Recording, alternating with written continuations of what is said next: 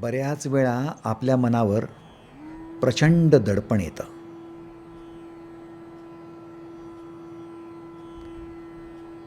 आणि ज्यावेळी आपल्या मनावर दडपण येतं त्यावेळी आपण अस्वस्थ होऊन जातो. कोणी विचारलं, काय रे बाबा, कशाचं दडपण आहे? आपण म्हणतो, मला सांगता येणार नाही, पण फार अस्वस्थ वाटतंय, उदास वाटतंय, फार निराश वाटतंय, फार हताश वाटतंय, काहीतरी चुकल्यासारखं वाटतंय, काही चांगलं वाटत नाही. हे आपलं कोड्यातलं बोलणं इतरांना काही समजत नाही. इतर लोक परेशान होतात. ते म्हणतात, आम्ही काय सांगावं, कसं सांगावं, निदान कसं होईल, उपचार काय करता येईल.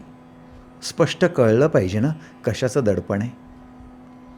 बऱ्याच पेशंट्सला डॉक्टर विचारतात, तुमचं BP वारंवार शूट होतं,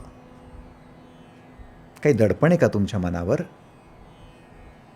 ते म्हणतात, असं तर काही जाणवत नाही. मग तुमची कॉर्टिसॉल लेवल का वाढते, तुमचा स्ट्रेस का क्रिएट होतो, तुम्हाला BP शूट का होतं? दडपण असलं पाहिजे. आपण दडपण शोधण्याचा प्रयत्न करतो, पण मित्रांनो, आपल्याला बऱ्याच वेळा हे दडपण कशाचंही तेच कळत नाही. पण एवढं मात्र पक्कं की मनावर दडपण आलं म्हणजे आपण अस्वस्थ होतो, अस्थिर होतो, अशांत होतो. जीव घाबरायला लागतो, श्वास खोलवर घेता येत नाही, मन स्थिर होत नाही, कुठल्या कामामध्ये कॉन्सन्ट्रेट करता येत नाही. आणि मनावर जोपर्यंत दडपण, तोपर्यंत नैराश्य असणारच आहे, उदासीनता असणारच आहे. आनंद कुठे आहे? सुख, सुविधा, संपन्नता, सगळ्या गोष्टी आसपास असून सुद्धा आपण परेशान असतो, कारण मनावरचं दडपण. ॲग्रीड?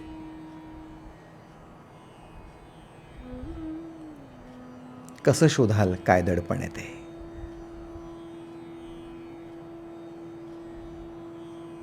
खरं पाहिलं तर तुमच्या मनावर दडपण असतं तुमच्या संशयाचं. ज्यावेळी तुम्हाला तुमच्याशी संबंधित व्यक्तींवर संशय यायला लागतो, संबंधित वातावरणावर, परिस्थितीवर संशय यायला लागतो, तुमच्या जीवनावर, तुमच्या व्यवस्थेवर संशय व्हायला लागतो, तेव्हा तुमच्या मनावर दडपण वाढायला लागतं. संशय म्हणजे काय? संशय म्हणजे मनावर निर्माण झालेली प्रतिकूल प्रतिमा. एखादी व्यक्ती तुमच्यासाठी प्रतिकूल आहे, एखादी परिस्थिती, एखादं वातावरण तुमच्यासाठी प्रतिकूल आहे, एखादी वस्तू किंवा व्यवस्था तुमच्यासाठी प्रतिकूल आहे, असं जेव्हा तुम्हाला वाटतं तेव्हा तुम्हाला त्या वस्तूवर, त्या व्यक्तीवर, त्या परिस्थितीवर संशय यायला लागतो. ही व्यक्ती वाईट आहे का? हे वातावरण खराब आहे का? ही परिस्थिती मला त्रासदायक ठरणार आहे का? तुमच्या मनातले सगळे संशय तुमच्या प्रतिकूलतेशी संबंधित असतात.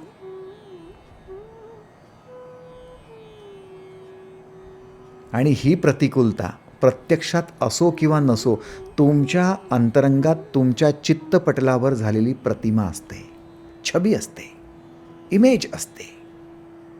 आणि जोपर्यंत तुमच्या मनावर ही इमेज टिकून राहते तोपर्यंत तुम्ही संशयाच्या भोवऱ्यात असता.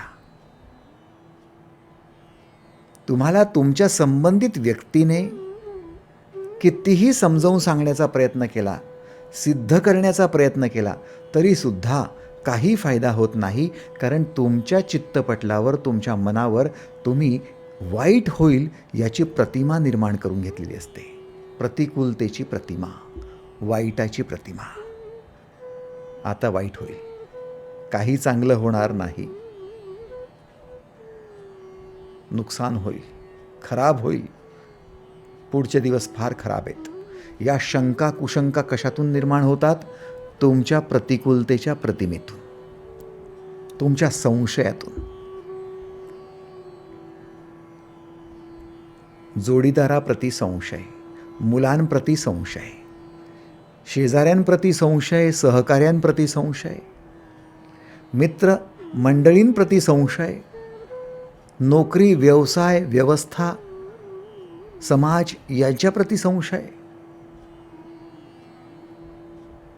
मित्रांनो, जोपर्यंत ही प्रतिकूलतेची प्रतिमा तुमच्या अंतरंगात असते तोपर्यंत मनावर दडपण राहणारच आहे, तुमचा संशय राहणारच आहे. संशयात्मा विनश्यती नायम लोकोस्ति न परोन सुखम संशयात्मना.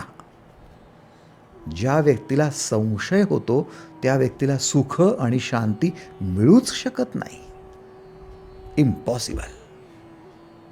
कारण आसपासची लोक आहेत का, वातावरण आहे का, परिस्थिती का?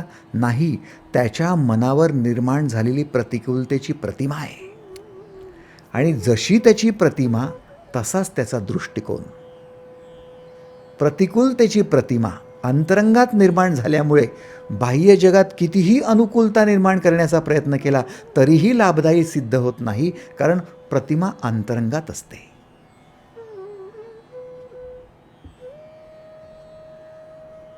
हे अगदी तसंच आहे की आजारी पडलेल्या व्यक्तीला अंतरंगातून आजार असल्यामुळे त्याला जेवण करण्यासाठी पंचपक्वानं दिले तरी सुद्धा ते स्वादिष्ट लागत नाहीत. कारण स्वाद त्या पदार्थांमध्ये नसतो, स्वाद घेणाऱ्या अंतरंगातल्या स्वास्थ्यावर असतो. अस्वस्थ झालेला, अस्थिर झालेला हा व्यक्ती त्या अन्नाचा स्वाद घेऊ शकत नाही. अगदी तशाच प्रकारे संशयित झालेला व्यक्ती बाह्य जगाच्या अनुकूलतेमुळे सुद्धा त्या संशयाच्या भोवऱ्यातून बाहेर पडू शकत नाही. आणि हे तुमच्या मनावर बोज असतं. आता महत्त्वाचं हे की तुमची ही प्रतिमा नष्ट कशी होईल. अंतरंगात जी प्रतिकूलतेची प्रतिमा निर्माण झाली आहे ती नष्ट कशी होईल. लक्षात घ्या, तुमच्या अंतरंगातल्या कोणत्याच प्रतिमा कधीच नष्ट होऊ शकत नाहीत. तुमचं सबकॉन्शियस माइंड, तुमचं मन अनेक प्रतिमांनीच बनलेलं आहे. तुम्ही भूतकाळात जेवढ्या गोष्टींचे अनुभव घेतले आहेत त्या सगळ्या प्रतिमा अंतरंगात आहेत. मेमरी म्हणून, स्मृती म्हणून तुमच्या इमेज फॉर्ममध्ये आहेत.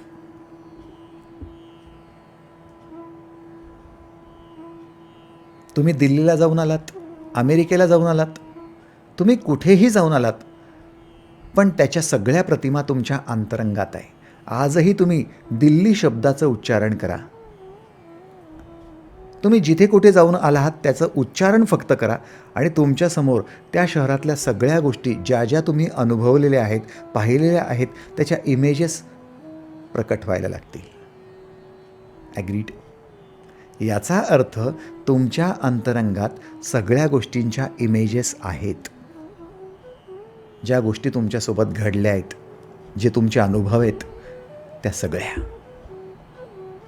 आता जेव्हा जेव्हा तुमच्या अंतरंगातून तुम्हाला प्रतिकूल असलेल्या इमेज वारंवार तुमच्या नजरेसमोर यायला लागतात, पृष्ठभागावर यायला लागतात, तेव्हा तुमचा संशय वाढतो.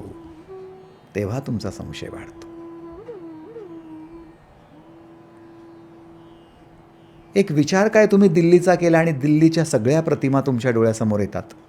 तशाच प्रकारे एखाद्या व्यक्तीचा विचार काय केला आणि ती व्यक्ती तुमच्याशी किती वाईट वागली, त्याने नुकसान कसं केलं, त्याने विश्वासघात कसा केला, त्याने फजिती कशी केली, त्याने अपमान कसा केला, त्या सगळ्या प्रतिमा तुमच्यासमोर येतात. आणि ह्या प्रतिमा आल्याबरोबर तुम्हाला त्याच्याबद्दल संशय वाढायला लागतो. तो दृष्टिकोन निगेटिव्ह झाल्याशिवाय राहत नाही. आणि जेवढा संशय जास्त तेवढी अस्थिरता, अशांती जास्त. त्याच्या सानिध्यात तुम्ही राहू शकत नाही. आणि तो निघून गेला तर त्याच्याशिवाय विचार पण दुसरे येत नाहीत. कारण तुम्हीच तुमच्या त्या प्रतिमांना ट्रिगर केलेलं असतं, पृष्ठभागावर आणलेलं असतं. तुम्ही स्वतःच त्यासाठी जबाबदार असता. या संशयातून बाहेर पडायचं आहे. जर बाहेर पडायचं असेल तर थोडं शांत व्हा. या प्रतिकूल प्रतिमांना निवळू द्या, त्यांना तळागळाला बसू द्या आणि हेतुपुरस्सर समजून उमजून तुम्ही तुमच्यासाठी अनुकूल असलेल्या प्रतिमा तुमच्या डोळ्यांसमोर आणा, नजरेसमोर आणा, तुमच्या पृष्ठभागावर आणा. तुमच्या भूतकाळात जे काही तुम्ही चांगलं करू शकलेले आहात आणि तुमच्यासोबत छान व्यवस्थित सगळं चांगलं झालेलं आहे, ती प्रतिमा तुम्ही आठवण्याचा प्रयत्न करा. जाणून बुजून त्या प्रतिमेला समोर आणा. तुम्ही त्याला स्वीट मेमरी म्हणता, गोड क्षण म्हणता, आनंदाचे क्षण. त्या सगळ्या क्षणांना समोर आणा आणि एक छानशी प्रतिमा तुमची तयार करा. त्याला म्हणायचं वंडरफुल इमेज, जी वेगवेगळे वंडर्स तयार करू शकते, निर्माण करू शकते, तुमच्या जीवनातले सगळे चमत्कार निर्माण करू शकते. अशी छान इमेज तुम्ही तुमच्या डोळ्यांसमोर आणा आणि ती इमेज डोळे बंद करून वारंवार वारंवार बघा. ज्यात तुम्हाला आल्हाददायक वाटतंय, सुखकारक वाटतंय, आनंददायक वाटतंय, प्रसन्न वाटतंय, प्रफुल्लित वाटतंय, अशी वंडरफुल इमेज तुम्हीच क्रिएट करा आणि ती इमेज वारंवार वारंवार नजरेसमोर आणत राहा. तुमच्या अंतरंगातल्या प्रतिकूलतेच्या इमेजची जागा या वंडरफुल इमेजने जर घेतली तर डेफिनेटली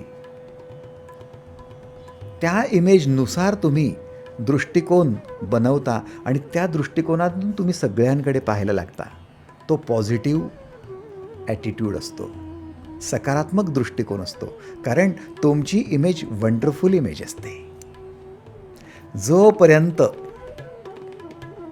प्रतिकूलतेची प्रतिमा, तोपर्यंत दृष्टिकोन नकारात्मक. आणि जेव्हा तुम्ही तुमची इमेज चेंज करून टाकता, वंडरफुल इमेज क्रिएट करता, त्यावेळी तुमचा दृष्टिकोन सकारात्मक. हे अगदी तसंच आहे. डोळ्यांना काळा चष्मा लावला म्हणजे जग काळं दिसतं आणि लाल चष्मा लावला म्हणजे लाल दिसतं. ॲक्च्युली जग तसं नसतं. पण तुम्ही जगाकडे आनंदाने पाहू शकता, प्रेमाने पाहू शकता, जर तुम्ही तुमची एक वंडरफुल इमेज फॉर्म कराल तर. आणि जेव्हा तुमच्या अंतरंगातून आनंदाचा झरा वाहायला लागतो, प्रेमाचा झरा वाहायला लागतो आणि तुम्हाला परिस्थिती प्रतिकूल नाही आहे, लोक प्रतिकूल नाही आहे, सगळंच काही छान आहे, अनुकूल आहे असं वाटायला लागतं, तेव्हा तुमचा संशय आपोआप कुठेतरी तळागाळात चालला जातो आणि तुम्ही लोकांबरोबर विश्वासाने जगायला लागता. तुमचा हा विश्वास, स्वतःवरचा विश्वास, लोकांवरचा विश्वास, परिस्थितीवरचा विश्वास, जीवनावरचा विश्वास तुम्हाला आनंददायी ठरतो. तुमच्या मनावरचं ओझं कमी होऊन जातं, तुमचं BP शूट होणं बंद होऊन जातं. तुम्हाला मनोकायिक आजार असतील, सायकोसोमॅटिक डिसीजेस असतील तर त्याची मात्रा कमी होऊन जाते. तुम्ही रोगमुक्त होऊन जाता, शांत होता, स्थिर होता, स्वस्थ होता. हे सगळं कशामुळे? वंडरफुल इमेज क्रिएट केल्यामुळे. वेळ घालवू नका. स्वतःची एक छान छबी बनवा आणि ती इमेज, ती छबी वारंवार पाहण्याची सवय लावून घ्या. त्याच्यात स्वतःला हरवून टाका आणि त्या सुंदर इमेज बरोबर छानपैकी ध्यान करत चला. सुंदरसं ध्यान 5 मिनिटाचं, 10 मिनिटाचं, सकाळी उठल्याबरोबर, रात्री झोपण्यापूर्वी.